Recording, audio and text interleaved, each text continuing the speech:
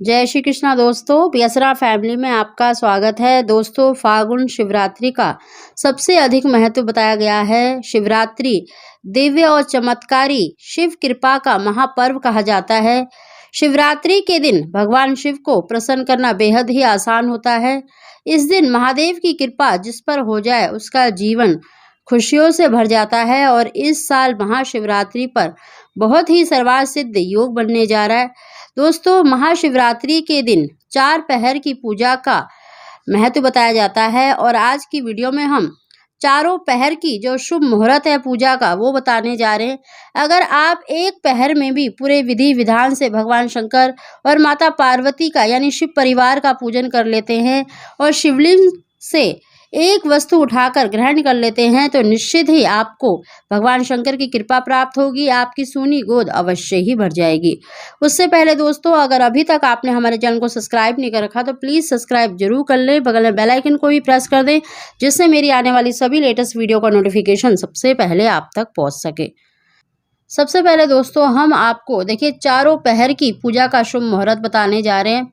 प्रथम पहर की पूजा का जो शुभ मुहूर्त है, देखिए 8 मार्च को शाम को 6:25 से रात्रि 9:28 तक आप प्रथम पहर की पूजा कर सकते हैं। दूसरे पहर की पूजा का जो समय है, रात को 9:28 से मध्य रात्रि 12:31 तक आप पूजा कर सकते हैं। तीसरे पहर की पूजा का जो समय है 9 मार्च मध्य रात्रि 12:30 बजे से सुबह के 3:30 बजे तक का समय बहुत ही श्रेष्ठ है। और चतुर्थ पहर की पूजा का जो शुभ मुहूर्त है 9 मार्च को सुबह 3:34 से सुबह 6:37 तक आप चौथे पहर की पूजा कर सकते हैं। दोस्तों, अगर आप एक पहर में भी पूरे विधि विधान से भगवान शंकर और माता पार्वती का पूजन करते हैं तो निश्चित ही उनकी कृपा आपको अवश्य ही प्राप्त होगी। सबसे पहले तो दोस्तों, महाशिवरात्रि के दिन जब आप स्नान करके पूजा करने जाते हैं, चाहे आप अपने घर में ही पूजा कर रहे हैं या शिव मंदिर में जाकर पूजा कर रहे हैं, तो आप संकल्प अवश्य करें।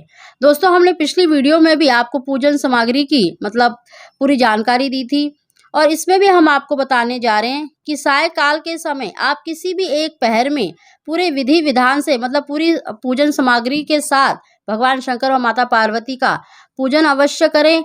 सुबह आपको देखिए संकल्प करना है, जैसा कि हमने पिछली वीडियो में भी बताया था, पति पत्नी दोनों मिलकर संकल्प करें तो बहुत ही श्रेष्ठ है। नहीं तो पत्नी को तो अवश्य ही संकल्प करना चाहिए। अपने सीधे हाथ में थोड़ा सा जल लेकर संकल्प करें, अपना नाम और गोत्र का उच्चारण करें।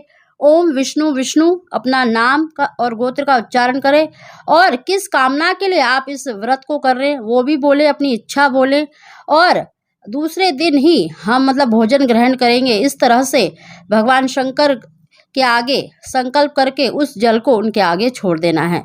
इस तरह से आपको संकल्प करना है और सायकाल के समय किसी एक पहर में अगर आप चारों पहर की पूजा कर सकते हैं तो बहुत ही श्रेष्ठ है। दोस्तों, आप अपने घर में ही अगर पारद शिवलिंग है तो पारद शिवलिंग को स्थापित करके पूजन कर सकते हैं। नहीं तो आप एक पार्थिव शिवलिंग जैसे मिट्टी का या आटे का शिवलिंग बनाकर भी घर में भी 4 पहर की पूजा कर सकते हैं। दोस्तों, वैसे तो 4 पहर की पूजा करने से निश्चित ही आपकी कैसी भी मनोकामना है वो पूरी होती है, क्योंकि ये पूजा मैंने खुद भी कर रखी है तो इसीलिए मैं आपको ये बताना चाह रही हूँ। अगर आप 4 पहर की पूजा कर लेते हैं तो निश्चित ही कैसी भी मनोकामना है, कैसे भी आपके जीवन में परेशानी चल रही है वो अवश्य ही दूर होगी और आपकी इच्छा शीघ्र पूरी होगी। दोस्तों, पूजा करने के बाद आपको शिवलिंग से शिवलिंग पर चढ़ा हुआ कोई भी फल आप ग्रहण कर सकते हैं। लेकिन अगर आप इस दिन एक बेल फल, अगर आपको पका हुआ बेल फल मिल जाता है या आपको कच्चा भी बेल फल मिल जाता है तो उसका आपको गूदा निकाल लेना है और जब आप पूजा करते हैं, आरती करते हैं, उसके बाद भगवान शंकर को उस गूदे का आपको भोग लगाना है और उस गूदे को स्त्री को अवश्य ग्रहण करना चाहिए। नहीं तो आप शिवलिंग से केला, बेर कोई भी फल अवश्य ही उठाकर लाएं और साथ ही आपको एक बेल पत्र अगर आपके पास कोई भी संतान नहीं है तो एक बेलपत्र आपको मतलब शिव मंदिर की चौखट पर या शिवलिंग जहाँ पर आप पूजा कर रहे हैं वहीं पर मतलब चबा चबा कर एक बेलपत्र अवश्य ग्रहण करना चाहिए और एक बेलपत्र अपने पति के लिए यानी उनको भी अवश्य खिलाना चाहिए। अगर आपके साथ है तो वहीं खिला दें, अगर नहीं है तो आप अपने घर पर लाकर उनको खिला सकती हैं। दोस्तों, अगर आपके पास पारद शिवलिंग है, पारद शिवलिंग सबसे ही श्रेष्ठ शिवलिंग माना जाता है क्योंकि वो भगवान शिव के बीज से उत्पन्न माना जाता है। अगर आप अपने घर में मतलब पारद शिवलिंग रखकर पूजा कर रहे हैं तो उसका जो जल होता है यानी जो शिवलिंग पर जो जल चढ़ाते हैं उस जल को पति पत्नी को अवश्य ग्रहण करना चाहिए। दोस्तों, अगर आपके पास पारद शिवलिंग है तो शिवरात्रि से 40 दिन तक अगर आप उस जल को ग्रहण कर लेते हैं, जैसे डेली आपको मतलब थोड़ा सा जल उसमें चढ़ाना है और उस जल को पति पत्नी ग्रहण करते हैं तो निश्चित ही आपकी सूनी गोद अवश्य ही भरती है। दोस्तों, अगर आप पुत्र की इच्छा रखते हैं तो एक जटा वाला नारियल अवश्य ही उस पर 7 बार कलावा लपेटकर अपनी मनोकामना बोलकर शिवलिंग पर अवश्य चढ़ाएं और पूजा करने के बाद उस जटा वाले नारियल को आपको उठाकर घर लेकर आना है और उसी दिन उसका बीज निकाल लें। और सुबह के समय अगर आप जो चौथे पहर की पूजा है मतलब ब्रह्म मुहूर्त की जो 4 से 6:30 बजे तक है, अगर उस समय अगर आप पूजा कर लेते हैं तो पूजा करने के बाद भगवान शंकर का ध्यान करके उनसे प्रार्थना करके उस बीज को ग्रहण कर लें। दोस्तों, अगर आप गर्भवती हैं तब भी इस उपाय को कर सकती हैं। दोस्तों, बहुत सी गर्भवती बहनों का कमेंट था कि मैम गर्भवती महिलाएं शिवलिंग की पूजा कर सकती हैं कि नहीं।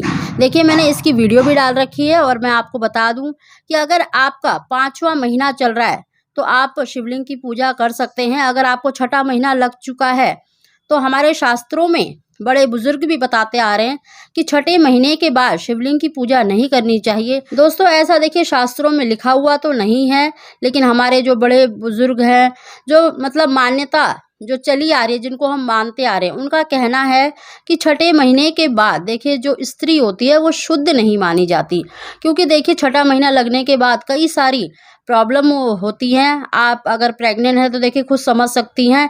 इसीलिए कहा जाता है कि 6ठे महीने के बाद आपको शिवलिंग की पूजा नहीं करनी चाहिए। जैसे हनुमान जी को भी स्त्री स्पर्श नहीं करती हैं, मतलब शनिदेव को भी स्पर्श नहीं किया जाता है, मतलब ऐसा मान्यता है तो चली आ रही है। तो इसीलिए मेरा कहना है कि अगर आपका 6ठा महीना चल रहा है तो आप शिवलिंग की पूजा ना करें, आप अपने पति से मतलब पूजा करवा सकती हैं और जो भी हमने उपाय बताए हैं उनको आप अपने पति से करवा सकती हैं और फल आप ग्रहण कर सकती हैं। मतलब जो प्रसाद है वो आप जरूर ग्रहण करें।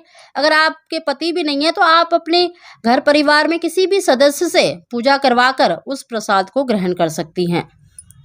दोस्तों, इस बार देखिए महाशिवरात्रि पर बहुत ही दुर्लभ योग बना हुआ है, प्रदोष व्रत भी है और महाशिवरात्रि भी है, तो इस मौके को हाथ से ना जाने दें। भगवान शंकर बहुत ही भोले हैं, अपने भक्तों से बहुत जल्दी प्रसन्न हो जाते हैं और महाशिवरात्रि का दिन तो सबसे ही श्रेष्ठ बताया गया है।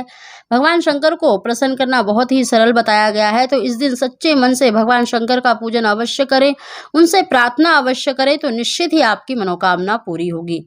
दोस्तों, अगर आपको हमारी जानकारी वीडियो पसंद आई हो तो प्लीज़ इसको लाइक शेयर जरूर करें और कमेंट बॉक्स में हर हर महादेव का जयकारा अवश्य लगाएं।